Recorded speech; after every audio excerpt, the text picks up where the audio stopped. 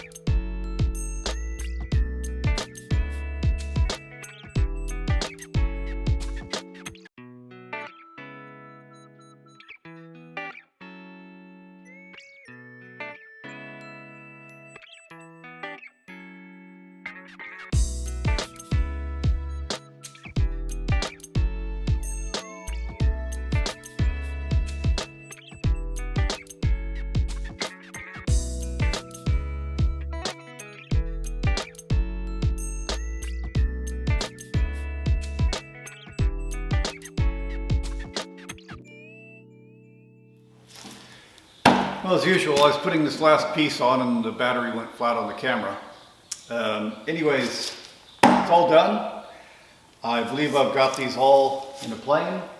They're all level, and the levels are good enough. I know it's not perfect. So today my mission is just to use the crane. I'll flip it over and I'll put it on the legs over there. I'm going to mount this using these big screws. I think they're not too long. They have a big, wide, flat head on them. Pretty robust screws. Now, to hold the bench down, it's mostly just going to be gravity. It's a heavy bench, but I'm going to have a vise somewhere. And when I start, I'll probably use the vise. I'll probably try to put some big pulling force on it. So I don't want it to pull off. But man, I just don't think there's much way I'm going to get this bench to move. These have 3 areas, one in the middle, one on each end, on each of these 6. And I don't think I need them all. This had a hardwood table top on it, but it was set outside for a while and the hardwood was rotted and gone. Anyways, that was probably only 1.5 inches thick, somewhat lighter. And they used 2 screws on each of these little holes to hold it down. I don't think I need that. I think these big giant screws I'm going to use are going to be fine. So I'll probably just end up having one in the front and then one on the back over here. And that ought to be adequate. Later on I can always put more in if it starts moving around, but this metal isn't that thick in any case. So what good would it do tying it down in the middle? I don't know. With these big chunks of wood I've got, I think it'll be robust enough.